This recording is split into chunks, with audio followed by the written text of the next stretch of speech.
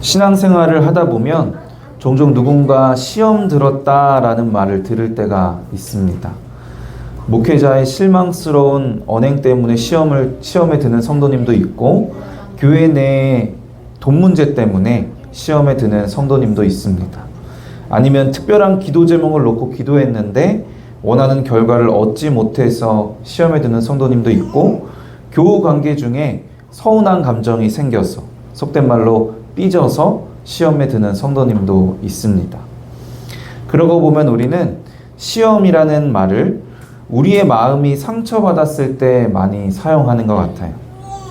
안타깝게도 이런저런 시험에 들어서 마음의 상처를 받아서 함께하던 공동체를 떠나 다른 교회로 옮기거나 아예 신앙생활을 하지 않게 되는 경우도 참 많이 있습니다. 이처럼 시험에 드는 일이 교회 공동체를 위협하는 위험 요소이기 때문에 우리는 서로 시험에 드는 일이 없도록 조심하고 주의해야 하는데요. 시험을 조심하기 위해서는 일단 성경에서 이 시험에 대해서 뭐라고 말씀하시는지를 잘 알아야 합니다. 성경에서는 시험에 대해서 뭐라고 말씀하셨을까요? 첫 번째로 시험을 참는 자는 복이 있다라고 말씀합니다. 본문 12절 말씀 다시 한번 읽어볼까요? 시험을 참는 자는 복이 있나니 이는 시련을 견디어낸 자가 주께서 자기를 사랑하는 자들에게 약속하신 생명의 면류관을 얻을 것이기 때문이라. 시험을 참는 자가 복이 있는데, 시험을 참는 자는 바로 뒤에 나오듯이 시련을 견디어낸 자를 뜻합니다. 여기서 시험과 시련은 같은 의미인 거예요. 그 의미를 자세히 알기 위해서는 야고보서 1장 2절에서 4절을 먼저 봐야 합니다. 2절에서 4절 같이 읽어볼까요? 내 형제들아, 너희가 여러 가지 시험을 당하거든 온전히 기쁘게 여기라. 이는 너희 믿음의 시련이 인내를 만들어내는 줄 너희가 알미라. 인내를 온전히 이루라. 조금도 부족함이 없게 하려 함이라. 시험을 당할 때 기쁘게 여기라고 말씀하는데, 이 시험에 대해서 믿음의 시련이라고 말씀합니다. 우리가 흔히 말하는 시험, 마음의 상처와 같은 그런 시험과는 그 의미가 다른 겁니다. 내가 실망하고 내가 상처받아서 시험에 드는 것을 참는 것이 복이 있는 것이 아니라, 믿음으로 인해 겪게 되는 시련을 참고 견디는 것이 복이 있습니다. 이 믿음의 시련이 인내를 만들어내고, 이 인내로 인하여서 우리가 온전하여집니다. 본문이 말하는 믿음의 시련은 아마 초대교회가 겪었던 박해였을 겁니다. 초대교회가 받았던 박해를 그와 동일한 모습으로 우리가 받고 있지는 않지만 여전히 우리에게도 다양한 믿음의 시련들이 있습니다. 야고보서 1장 2절에서도 여러 가지 시험이라고 말씀하셨잖아요. 시대와 상황이 변해도 믿음의 시련이 있다는 것은 변하지 않습니다. 우리의 시대 가운데, 우리의 상황 가운데 우리의 믿음으로 인해서 겪게 될 믿음의 시련을 우리는 견뎌야 합니다. 지난 주 중에 미국에서 큰 사건이 있었죠. 찰리 커크라는 청년 활동가가 연설을 하다가 암살을 당하는 그런 일이 있었습니다. 이런 31살의 청년이래요. 결혼도 하고 아이가 둘이 있다고 하는데 안타깝게도 이른 나이에 세상을 떠나게 됐습니다. 뉴스에 이 사람에 대해서 트럼프의 최측근이라고 많이 나오니까 정치적인 갈등으로 우리가 볼 수도 있는데요. 사실 믿음으로 인한 일이라고 볼 수도 있을 것 같습니다. 이 찰리 커크라는 사람이요, 민감한 사안들에 대해서, 예를 들어 성소수자와 같은 그런 사안들에 대해서 기독교적인 견해를 주장을 한 사람이었어요. 이 기독교적 입장 때문에 심각한 마찰이 있었던 것 같습니다. 그래서 타일러 로빈슨이라는 22살의 암살범은 이 찰리 커크가 증오를 퍼뜨린다라고 말을 하면서 그의 견해에 대해서 경멸하는 마음을 품고 있었다고 합니다. 그리고 그가 쓴 그 탄약들의 글을 써놨는데 그 적힌 글들을 보면 세계대전을 일으킨 이탈리아의 파시스트와 같이 이 찰리 커크를 여겼다는 것을 알 수 있어요. 기독교적인 견해를 갖고 있다고 해서 다양성을 인정하지 않고 배타적 증오를 갖고 있는 전체주의자라고 이 암살범은 여겼던 겁니다. 그래서 미국의 기독교 작가이자 방송인인 에릭 메탁삭스라는 사람은 이 찰리 커크에 대해서 단순히 정치 활동가가 아니라 예수 그리스도에 대한 믿음에서 모든 신념이 비롯된 인물이었다고 평가를 하고 그의 믿음 때문에 살해당한 순교자라고 이 찰리 커크를 평가했습니다. 저는 개인적으로 이 찰리 커크에 대해서 잘 알지는 못하고 또 이 사건의 내막에 대해서 자세히 알지는 못하지만 어쨌든 이 사건을 보면서 이제는 전 세계적으로 기독교 박해가 다시 행동으로 나타날 수도 있는 시대가 되었다는 생각을 하게 됐습니다. 우리의 믿음, 성경적 진리와 신념을 지키며 살아갈 때 우리는 배타적인 사람이 되어 있고요. 증오를 퍼뜨리는 사람이 되어 있고요. 다양성을 인정하지 않는 전체주의자라는 평가를 받고 비난과 미움을 받을 수 있습니다. 비난과 미움만 받을 뿐만이 아니라 실제로 공격을 받을 수도 있고 심지어 죽임을 당할 수도 있는 그런 시대에 살게 될 수도 있는 것 같습니다.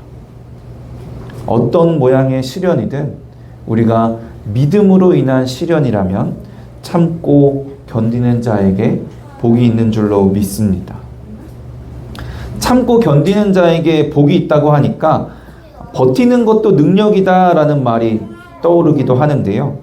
그래서 요즘 청년들, 젊은이들 사이에서는 존버라는 말이 한동안 유행하기도 했습니다. 비속어라서 제가 이게 무슨 말인지 정확하게 풀어드리진 못하겠고 힘들어도 무조건 버틴다라는 의미의 말이에요. 그만큼 버티는 게 중요하고 결국 버티는 게 능력이라는 인식이 있는 겁니다.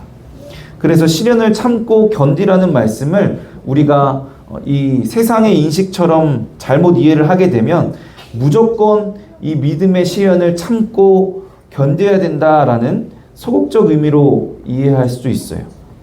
물론 버티는 것만으로도 능력이 되고 의미가 있기도 하지만 시련을 참고 견디라고 말씀하신 데에는 훨씬 더 적극적인 의미가 있습니다. 이 시련에 대해서 로마서 5장에서는 이렇게 말씀했어요. 5장 3절 4절 같이 읽어볼까요? 우리가 환난 중에도 즐거워하나니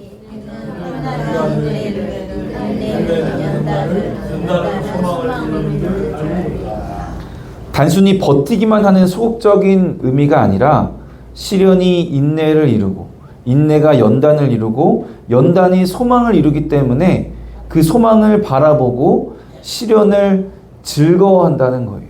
시련을 즐길 수 있는 경지에 이르러야 한다는 겁니다.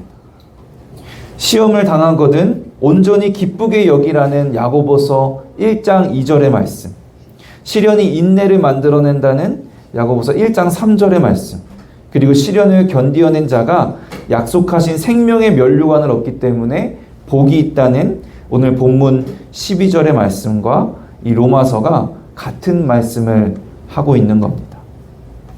예수 그리스도를 믿는 믿음으로 인한 시험을 참는 자에게는 복이 있습니다. 그 시험을 참고 견디는 것은 오직 예수 그리스도를 믿는 믿음으로만 가능합니다. 시련을 참고 견디는 것, 더 나아가 그 시련을 즐거워할 수 있는 것은 세상을 이기신 예수 그리스도를 믿는 믿음으로, 부활하신 예수님을 믿는 믿음으로 할 수 있습니다. 우리도 그 승리에, 그 부활에 동참하게 되는 소망을 얻게 되기 때문입니다. 성경에서는 시험에 대해서 뭐라고 말씀하셨을까요? 두 번째로 시험 받는 것은 자기 욕심 때문이라고 말씀합니다. 13절에서 계속해서 시험에 대해 말씀을 하는데 지금까지의 말씀과는 분위기가 사뭇 달라진 것을 느낄 수 있습니다. 본문 13절에서 15절 같이 읽어볼까요? 사람이 시험을 받을 때 내가 하나님께 시험을 받는다 하지 말지니 하나님은 악에게 시험을 받지도 아니하시고 친히 아무도 시험하지 아니하시느니라. 오직 각 사람이 시험을 받는 것은 죄를 낳고 죄가 장성한즉 사망을 낳느니라.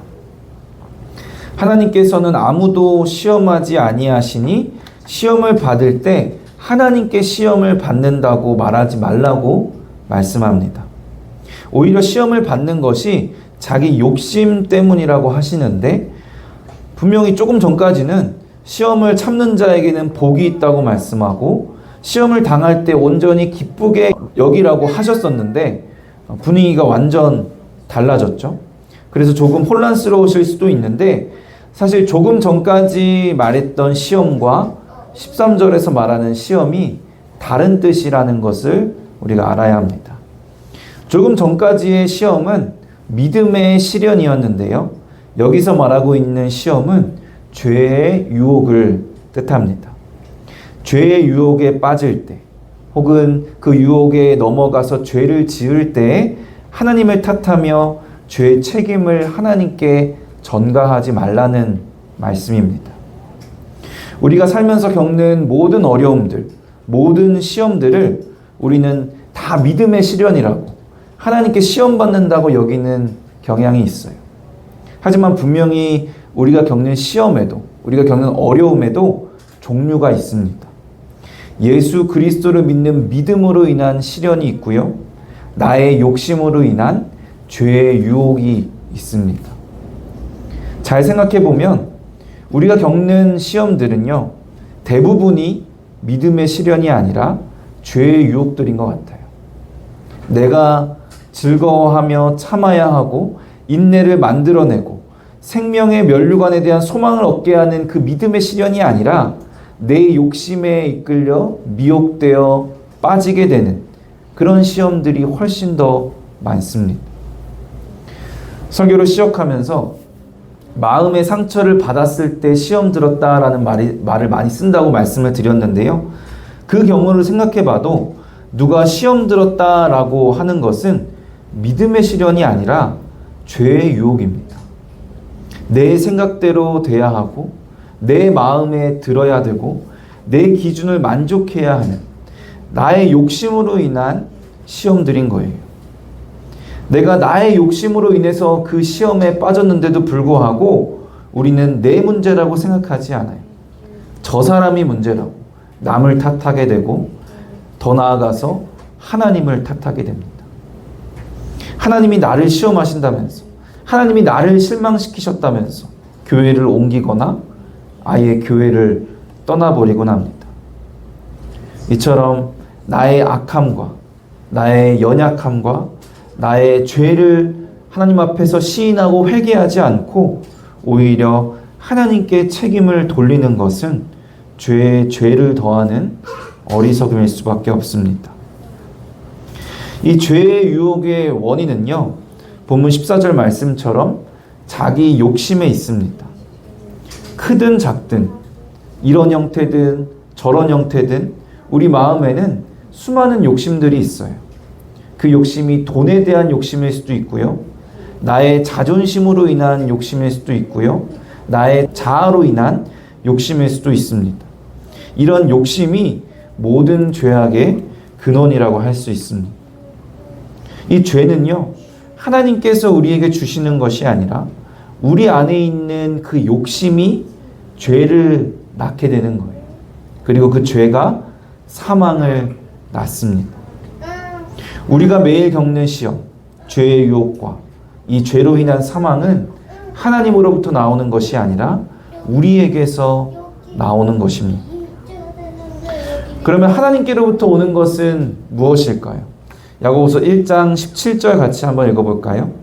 온갖 좋은 은사와 온전한 선물이 다 위로부터 빛들의 아버지께로부터 내려오나니 그는 변함도 없으시고 회전하는 그림자도 없으시느니라.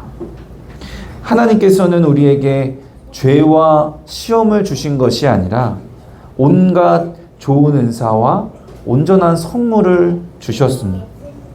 변함없이 우리에게 좋은 것을 주시는 분이라는 것을 강조하고 있어요.